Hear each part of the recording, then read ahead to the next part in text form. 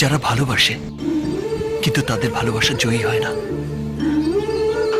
সৃষ্টিকর্তা যে আমাকে তাদের দলে ফেলবে যদি জানতাম।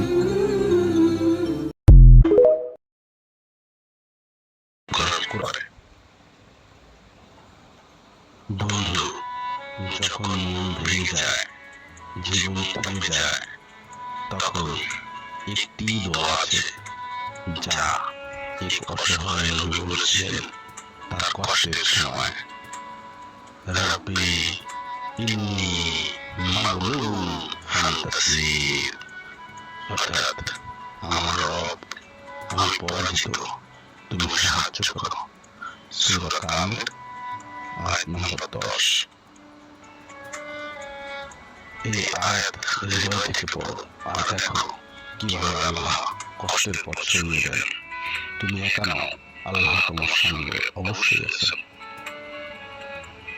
দুঃখে কষ্টে পড়লে এই দোয়াটি পড়ুন, কষ্ট দূর করার কোরআন দোয়া। ভিডিওটি শেয়ার